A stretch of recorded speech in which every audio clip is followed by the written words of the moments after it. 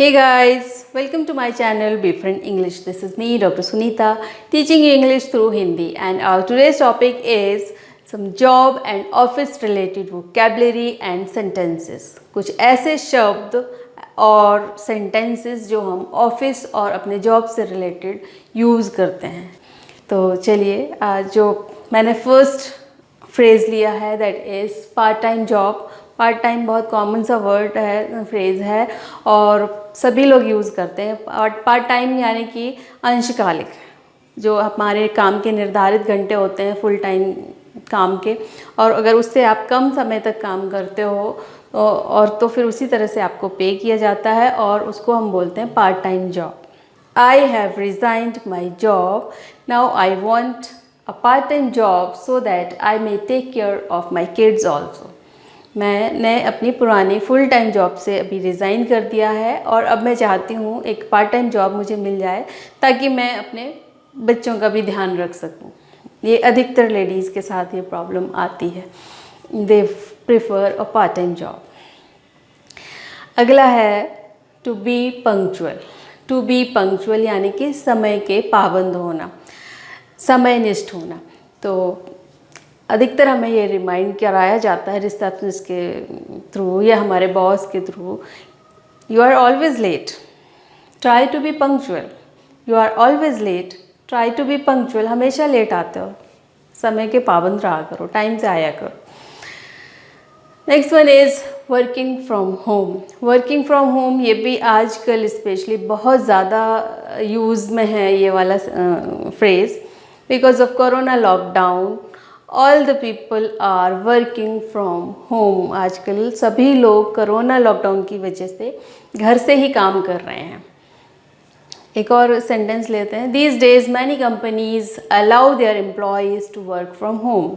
आजकल अधिकतर कंपनियां अपने एम्प्लॉयज़ से घर से ही काम करा लेती हैं. तो next one is time sheet. Time sheet एक ऐसी शीट या ऐसा रजिस्टर आप बोल सकते हैं जिसमें लोगों के आने जाने का समय रिकॉर्ड किया जाता है, उनका टाइम का रिकॉर्ड रखा जाता है. तो इसको भी हम अपने प्रीवियस एग्जाम्पल से जोड़ सकते हैं. जब रिसेप्शनिस्ट हमें याद दिलाती है या जब हम उससे पूछते हैं हमारी सैलरी क्यों कट गई, कहाँ कम हो गई, कम क्यों हो गई, तो फिर वो बताती है, रिमाइंड कराती है, this month you have been late for 5 times. This month you have been late for 5 times. No no, I remember I have been late for 3 times only. फिर मैं उसे जवाब देती हूँ, no no, I remember I have been late for 3 times only. तो फिर वो बोलते हैं let me check the time sheet. Time sheet check करने दो. Let me check the time sheet. I am right, it's 5 times. 5 बार तुम late हुई हो. Next phrase is unsocial hours.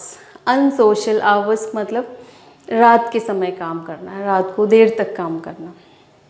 ये देखिए example. Lots of people work on very unsocial hours without being paid for it. Lots of people work on very unsocial hours without being paid for it. बहुत सारे लोग रात को देर तक unsocial hours में काम करते हैं और जिनके लिए उन्हें कुछ पे भी नहीं किया जाता है. Next one is take a break. ये भी बहुत कॉमन सा, बहुत ज़्यादा यूज़ होने वाला टर्म है. Take a break. Let us take a break for coffee and come back to work refreshed. चलो थोड़ा सा काम से ब्रेक लेते हैं, कॉफ़ी पीते हैं, कैंटीन चलते हैं और फिर रिफ़्रेश होके आते हैं. ऐसा बहुत बार करते हैं लोग. Next one is tough break. Tough break it is an idiom है और जिसका मतलब होता है कि मुश्किल समय. Tough break. तो ये देखिए example. He got a tough break when he was denied a promotion. He got a tough break when he was denied a promotion. जब उसे प्रमोशन के लिए मना कर दिया गया तो ये उसके लिए काफ़ी मुश्किल समय था एडजस्ट करना. तो इसी तरह से एक और बैंग फॉर द बक, ये भी एक इडियम है। बैंग फॉर द बक मतलब थोड़े से इन्वेस्टमेंट की बहुत ज़्यादा कीमत, बहुत ज़्यादा मुनाफा कमाना या पूरी कीमत वसूलना। तो अक्सर मुझे लोग सलाह देते हैं, I think you will get bang for the buck if you start advertising on the internet. I think you will get bang for the buck if you start advertising on the internet. कई बार लोग मुझे सलाह देते हैं कि मैं अपने यूट्यूब चैनल का अगर इंटरनेट पे या दूसरी साइट्स पे एडवर्टाइज़ करना शुरू कर दूं तो फिर मुझे इसकी पूरी कीमत, बहुत अच्छे से मुनाफा मिल सकता है। Next one is big wig. Big wig, this is a phrase use for, जिसका मतलब होता है बिग विग यानी कि important people, some higher authorities of your company, of your institution. ये देखिए example, some of the big wigs of our group came to visit our department. Some of the big wigs of our institution came to visit our department. हमारे institution के, हमारे group के कुछ विशेष महत्वपूर्ण लोग आज हमारे डिपार्टमेंट की विजिट के लिए आए थे। Next one is clock in and clock out. Clock in and clock out, इसका मतलब भी होता है आने जाने के समय का हिसाब रखना। कितने बजे आप एंटर हुए, कितने बजे आप जा रहे हो, उसकी एंट्री करना या रिकॉर्ड रखना, that is clock in and clock out. Everyone has to clock in and clock out to keep a check on hours you have worked. Next one is across the board. Across the board मतलब सबका, समान रूप से सबको शामिल करना, across the board. The CMD of our group has decided to increase salaries across the board. The CMD of our group has decided to increase salaries across the board. हमारे CMD ने डिसाइड किया है कि इस बार वो सबकी salary बढ़ाएंगे, सबकी सैलरी समान रूप से बढ़ाएंगे। Next one is bring to the table.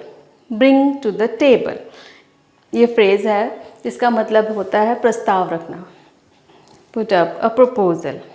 Bring to the table, put up the proposal, प्रस्ताव रखना। तो we were able to bring a new offer to the table during the meeting. Meeting में हम ये अपना नया प्रपोज़ल रख सके, उनको बता सके बॉस को। Next one is call it a day. Call it a day मतलब काम ख़त्म करना, दिन पूरा हो गया, दिन का अंत करना। तो well Vedant, it's 7 and I'm feeling hungry. How about we call it a day? Well Vedant, it's 7 and I'm feeling hungry. How about we call it a day? वेदांत, अब 7 बज गए हैं और मुझे भूख भी लगी है, तो चलो अब काम ख़त्म करें, दिन का अंत करें, call it a day. So that's it for today friends. Don't forget to like, share and subscribe. Bye bye. Thank you.